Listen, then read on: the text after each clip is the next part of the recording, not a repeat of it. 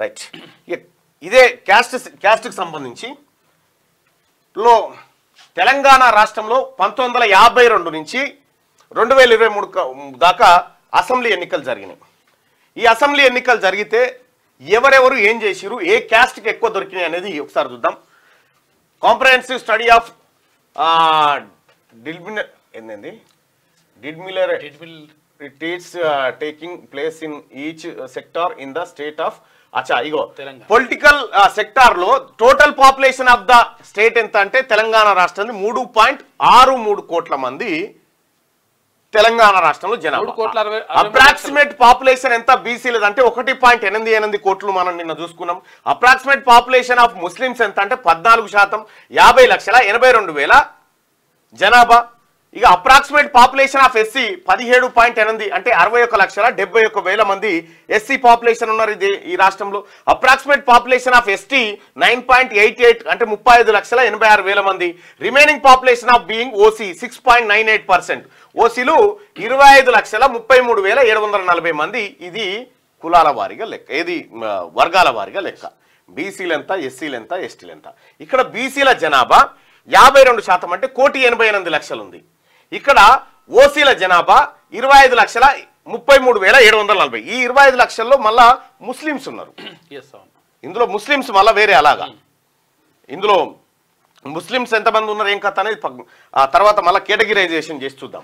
ఇక list of MLAs from OC category in the state of tabulated below. ఇగో రెడ్డి 1952లో తెలంగాణ ప్రాంతంలో ఎంతమంది రెడ్డి ఎమ్మెల్యేలు అయ్యారంటే 24 మంది అయ్యారు. మొట్టమొదటి సార్వత్రిక ఎన్నికల్లో రెడ్డిలు 24 మంది ఎమ్మెల్యేలు అయితే వెలమలు 4 అయ్యారు, కమ్మలు 2 అయ్యారు, బ్రాహ్మణులు 26 మంది అయ్యారు. ఇక ఆర్య వైశ్యులు 0, ముస్లింలు 8 మంది అయ్యారు. ఇది 1952లో ఎన్నికలు. ఇదే సేమ్ 52లో బీసీలు ఎంతమంది అయ్యారని చూస్తే 8 మంది అయ్యారు. 8 మందే బీసీలు ఎమ్మెల్యేలుగా అయ్యారు. ముస్లిమ్స్ 8 మంది, ఎస్సీలు 24 మంది. ఇగో ఇక్కడ చూసుకోవచ్చు. ఇందులో రెడ్డి వైజ్గా క్యాస్ట్ వైజ్గా చూసుకుంటే 1957లో 30 మంది అయ్యారు రెడ్డి ఎమ్మెల్యేలు. సేమ్ టైము బీసీ ఎమ్మెల్యేలు 8 నుంచి 6కు వచ్చారు. వీళ్ళిద్దరు తగ్గిరు, వీళ్ళు 6 పెరిగారు. ఇక 1962లో రెడ్డి ఎమ్మెల్యేలు 41 మంది అయితే బీసీ ఎమ్మెల్యేలు 12 అయ్యారు. ఇదే 1967లో 36 మంది రెడ్డి ఎమ్మెల్యేలు అయితే 12 మంది బీసీ ఎమ్మెల్యేలు అయ్యారు. ఇక్కడ 1972లో 29 మంది రెడ్డి ఎమ్మెల్యేలు అయితే బీసీలు 19 మంది అయ్యారు. 78లో రెడ్డి ఎమ్మెల్యేలు 34 మంది అయితే ఇదే 78లో బీసీలు 27 మంది 27 మంది అయ్యారు. ఇక 27 మంది అయ్యారు కదా. ఎందుకు అయ్యారు అంటే అప్పుడు రెడ్డి కాంగ్రెస్ ఇందిరా కాంగ్రెస్గా విడిపోయిన తర్వాత బీసీలకు ఎక్కువ అవకాశాలు వచ్చినాయి. అయితే 1983లో 34 మంది రెడ్డి ఎమ్మెల్యేలు అయితే 17 మంది అంటే ఇక్కడ 10 మంది తగ్గారు. 83 కల్లా 17 మంది అయ్యారు. 85లో 35 మంది రెడ్డి ఎమ్మెల్యేలు అయితే 14 మంది బీసీ ఎమ్మెల్యేలు అయ్యారు. ఇక్కడ మనం ఒకటి గమనించాల్సింది ఏంటంటే ఎన్టీ రామారావు ఎరా స్టార్ట్ అయిన తర్వాత బీసీలకు అవకాశాలు పోయినాయి. చూడు, బీసీల అవకాశాలు తగ్గుకుంటూ వచ్చినాయి. ఇక్కడ 85లో 35 మంది అయ్యారు రెడ్డి ఎమ్మెల్యేలు. ఇక్కడ బీసీ ఎమ్మెల్యేలు వచ్చి 14 అయ్యారు. 89లో 40 మంది రెడ్డి ఎమ్మెల్యేలు అయితే 14 మంది బీసీలు అయ్యారు. రైట్. ఇక్కడ